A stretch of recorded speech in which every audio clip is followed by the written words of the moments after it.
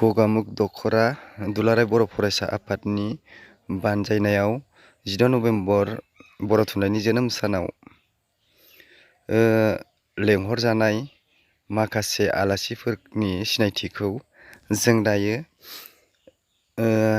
नायनानै लादिनि नैबे भिडिअनि गेजेरजों नोंथांमोन नायलांदो सोर सोर बिथांमोना गगामुग दखरा दुलाराय बर' फरायसा आफादजों हांख्रायनानै लेंहरजानाय नोलोबारि गोजौ फरायसालि फोथाराव नायलांदो बिदिब्ला। जोंजोंनो हांख्रायनानै लाबोजानाय गाहाय आलासि थरायना रंगिना बरगयारि नेहाथारि दुलाराय बर' फरायसा आफाद बिथांखौनो गावनि सिनायथिखौ लाग्रोनो थाखाय गुरै खावलायबाय। लोगोसे आफादनिफ्राय गांसे आर'नाइजों बरायना लाग्रोनो थाखाय गुरै खावलायबाय। रंगिना बरगयारि दुलाराय बर' फरायसा आफादनि नेहाथारि गोजोननाय थाबाय। आरो बेजोंनो लोगोआव फैफानो हानाय क'क्राझार जिल्ला एबसुनिनो लेङाइ गेलेमु नेहाथारि मिस दिन्थि बसुमतारी बिथांखौबो गावनि सिनायथिखौ लानो थाखाय गुरै खावलायबाय आरो आफादनिफ्राय गांसे आर'नाइजों बरायना लानो थाखाय गुरै खावलायबाय।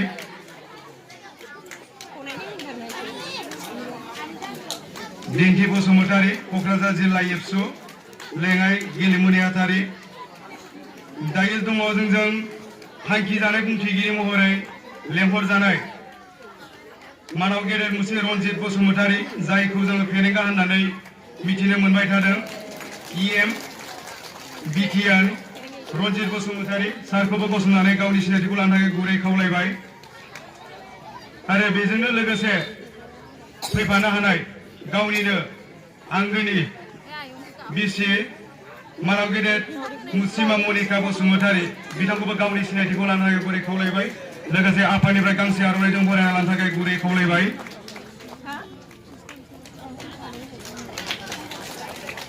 गोजोननाय थाबाय। बे समाव दङ जोंजों बड'लेण्ड गुदि बर' थुनलाइ आफादनि आफादगिरि मानाव गेदेर मुंसि राजकुमार बसुमतारी सार बिथांखौबो गावनि सिनायथिखौ लानो थाखाय गुरै खावलायबाय। लोगोसे गांसे आर'नाइजों बरायना लानो थाखाय गुरै खावलायबाय।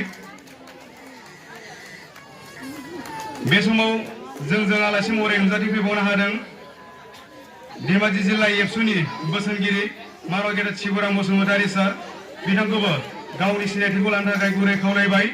लोगोसे गांसे आर'नाइजों बरायना लानो थाखाय गुरै खावलायबाय।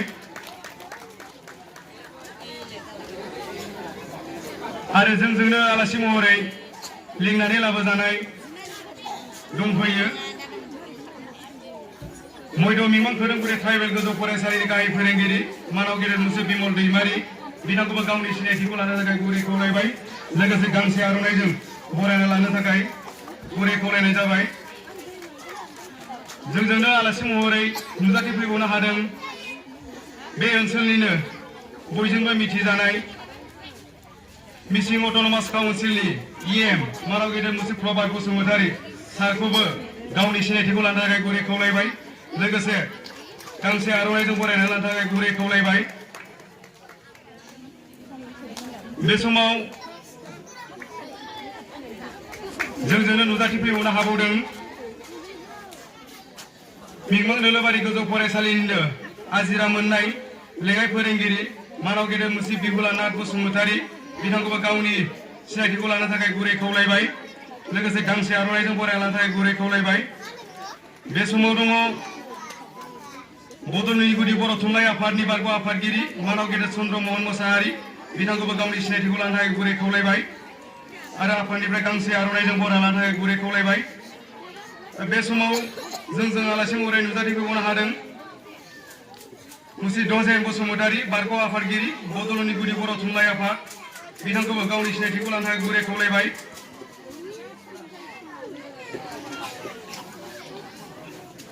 बे समाव जोंजों नुजाथिफैबावनो हाबावदों मानाव गेदेर मुंसि बिजय कुमार ब्रह्म आजिरा मोननाय फोरोंगिरि मिमां मानिपुर बर' गुदि फरायसालि बिथांखौबो गावनि सिनायथिखौ लानो थाखाय गुरै खावलायबाय।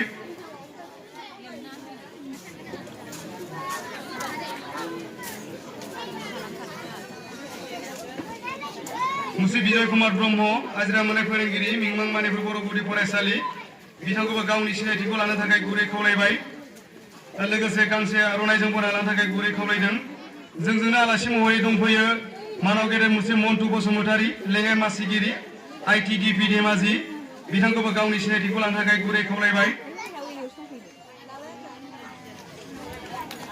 बे समाव जोंजों दंफैयो आलासि महरै धेमाजि जिल्ला एबसुनि लेङाइ आफादगिरि मानाव गेदेर मुसि तेनजिं बर' सारखौबो गावनि सिनायथिखौ लानो थाखाय गुरै खावलायबाय लोगोसे आफादनिफ्राय गांसे आर'नाइजों बरायना लानो थाखाय गुरै खावलायबाय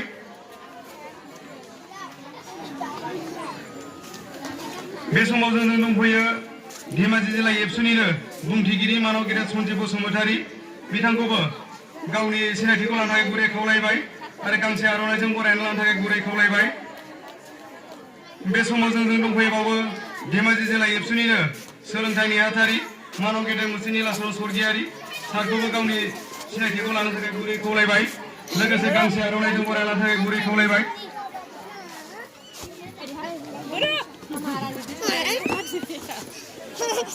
बे समाव जोंजों दंफैयो मुसि देबनाथ मोसाहारि लेङाइ नेहाथारि धेमाजि जिल्ला एबसु बिथांखौबो गावनि सिनायथिखौ लानो थाखाय गुरै खावलायदों आरो आफादनिफ्राय गांसे आर'नाइजों बरायना लानो थाखाय गुरै खावलायबाय बे समाव दंफैयो जोंजों गथि बसुमतारी रां लाथुमगिरि धेमाजि जिल्ला एबसु गैथ'वा होनदों बिथांखौ बे समाव जोंजों दंफैयो मुसि ककेश्वर दैमारि सुबुं फोनांजाब नेहाथारि धेमाजि जिल्ला एबसु बिथांखौबो गावनि सिनायथिखौ लानो गुरै खावलायबाय बे समाव जोंजों दंफैयो मानाव गेदेर मुसि मिरान मोसाहारि गाहाय नेहाथारि बड'लेण्ड गुदि बर' थुनलाइ आफाद बिथांखौबो गावनि सिनायथिखौ लानो थाखाय गुरै खावलायबाय आरो गांसे आर'नाइजों बरायना लानो थाखाय गुरै खावलायदों बे समाव जोंजों दंफैयो मुसिमा खेवमालि ब्रह्म गेलेमु नेहाथारि दुलाराय आइजो अनसाइ आफाद बिथांखौबो गावनि सिनायथिखौ लानो थाखाय गुरै खावलायदों कुमिला ब्रह्म गेलेमु नेहाथारि दुलाराय बर' आइजो अनसाइ आफाद बे समाव जोंजों दंफैयो मुसि सिलुराम स्वर्गियारि गाहाय फोरोंगिरि खोला मिंमां बेटबारि गोजौ फरायसालि बिथांखौबो गावनि सिनायथिखौ लानो थाखाय गुरै खावलायबाय आरो बे समाव जोंजों दंफैयो गगामुग दख'रा खौसेथि बर' सुबुं आफादनि आफादगिरि नेहाथारि बिथांमोनखौ खेबसेयावनो गसंना लानो थाखाय गुरै खावलायदों समनि आंखाल आरो आफादनिफ्राय गांसे गांसे आर'नाइजों बरायना लानो थाखाय गुरै खावलायदों आरो बे समाव जोंजों आलासि महरै दंफैयो गगामुग दख'रा आइजो अनसाइ आफादनि आफादगिरि नेहाथारि बिथांमोनखौबो खेबसेयावनो गसंनानै होनो थाखाय गुरै खावलायदों गांसे गांसे आर'नाइजों बरायना लानो थाखाय गुरै खावलायबाय बे समाव दंफैयो जोंजों गगामुग बर' फरायसा थुनलाइयारि आफादनि आफादगिरि नेहाथारि बिथांमोनखौबो सिनायथि लानो थाखाय गुरै खावलायबाय लोगोसे गांसे गांसे आर'नाइजों बरायना लानो थाखाय गुरै खावलायदों खेबसेयावनो गसंना थानो थाखाय गुरै खावलायबाय एबसेन्ट बे समाव जोंजों दंफैयो मानाव गेदेर मुसि धरेन्द्र बसुमतारी लेङाइ फोरोंगिरि मिंमां नलबारि गोजौ फरायसालि बिथांखौबो गावनि सिनायथिखौ लानो थाखाय गुरै खावलायदों धरेन्द्र बसुमतारी सारखौबो गावनि सिनायथिखौ लानो थाखाय गुरै खावलायबाय बे समाव जोंजों दंफैयो मुसिमा उदांस्रि गयारि आफादगिरि नलबारि गामि पन्सायत बिथांखौबो गावनि सिनायथिखौ लानो थाखाय गुरै खावलायदों बे समाव जोंजों नुजाथिफैनो हादों मानाव गेदेर मुसि ससिन बसुमतारी गोरायुं UN एकाडेमि औगुरि बिथांखौबो गावनि सिनायथिखौ लानो थाखाय गुरै खावलायबाय बे समाव जोंजों दंफैयो मानाव गेदेर मुसि रमेश दले लाटगावबरा नारायणपुर गबिन्दपुर गासिबथा बिथांखौबो गावनि सिनायथिखौ लानो थाखाय गुरै खावलायदों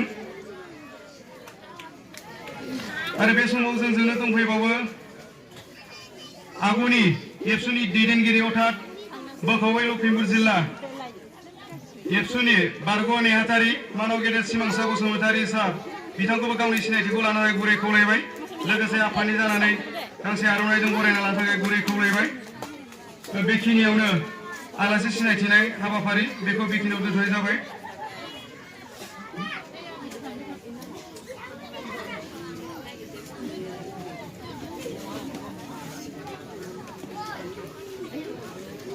बे समाव जों आलासि महरै नुजाथिफैबावनो हादों।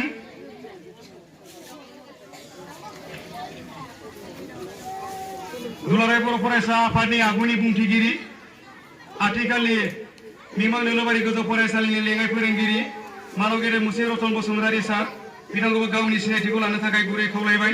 लोगोसे आफादनिफ्राय गांसे आर'नाइजों बराय लानो थाखाय गुरै खावलायबाय। दायो बेखिनियावनो आलासि सिनायथिनाय हाबाफारि बेखौ बेयाव दोनथ'बाय। नांगौ जायोबा जोङो दसे समनि उनाव आलासि सिनायथिनाय हाबाफारि बेखौ जोङो लाबोफिनगोन। एसेनोसै, गोजोन्थों।